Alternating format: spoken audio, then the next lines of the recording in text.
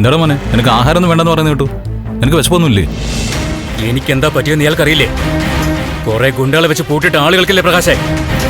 അത് ആണുങ്ങൾക്ക് ചേർന്ന പണിയല്ല. നിന്റെ ഈ അവസ്ഥയും ഈ അവസ്ഥയിലുള്ള ഒരാളുടെ മാനസികാവസ്ഥയും എനിക്ക് നന്നായിട്ട് മനസ്സിലാവും.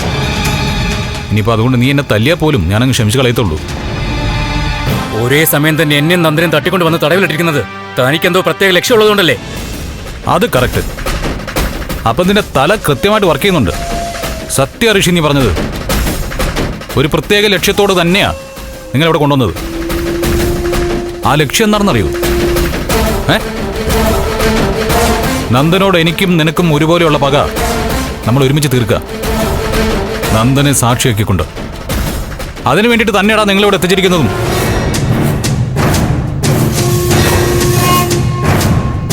എന്താ നീ പറഞ്ഞേ?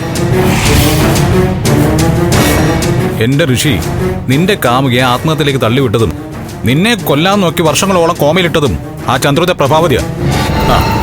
അതിന്റെ വൈരാഗ്യം നിനക്കും ചന്ദ്രോത്തുകാരോടുണ്ട്. എന്നെ ജയിലിലേക്ക് അയച്ച് എന്റെ ജീവിതം ഇല്ലാതാക്കിയതും ആ ചന്ദ്രോത്തുകാരാ. അവരുടെ അവസാനം കാണുക എന്നുള്ളത് തന്നെയാ എന്റെ ലക്ഷ്യം. ഋഷി, ഒരേ ലക്ഷ്യത്തിലേക്ക് നടന്നു നീങ്ങുന്നവരാ ഞാനും നീയും.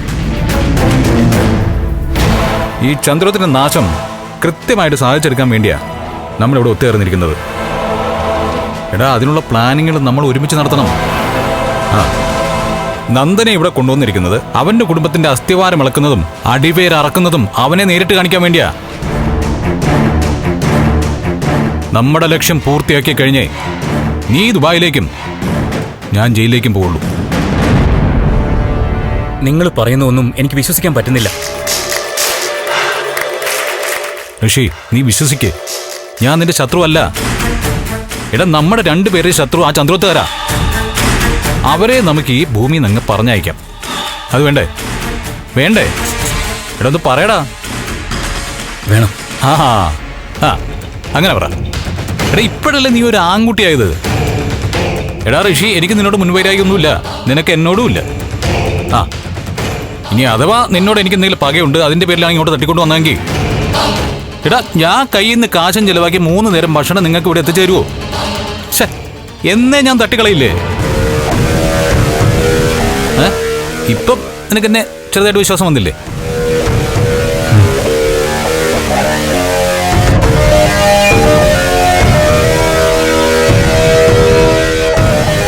പിന്നെ ഈ പ്രതികാരം വീട്ടുന്നതേ ശത്രുവിനെ കൂടെ അതൊക്കെ ഒന്ന് കാണിച്ചുകൊണ്ട് ചെയ്താലേ അതിൻ്റെ ഒരു പൂർണ്ണ തൃപ്തി കിട്ടും. അപ്പോൾ നിന്നോട് ഞാൻ പറഞ്ഞില്ലേ, അവന്റെ കുടുംബം തകർന്നത് അവനെ നേരിട്ട് കാണിക്കാൻ വേണ്ടി തന്നെയാടാ നമ്മൾ അവനെ ഇവിടെ കൊണ്ടെത്തിച്ചത്. എന്താ?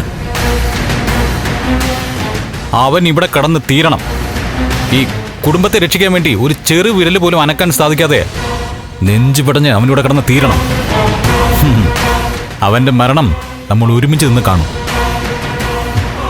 അപ്പം നല്ല കുട്ടിയായിട്ട് ഭക്ഷണമൊക്കെ കഴിച്ച് സുഖമായിട്ടിരിക്കെ. നന്ദന്റെ കുടുംബം മുച്ചൂറും മുടിയുന്ന സ്വപ്നം കണ്ട് സുഖമായിട്ടങ്ങ് ഉറങ്ങിക്കും. Okay, bye.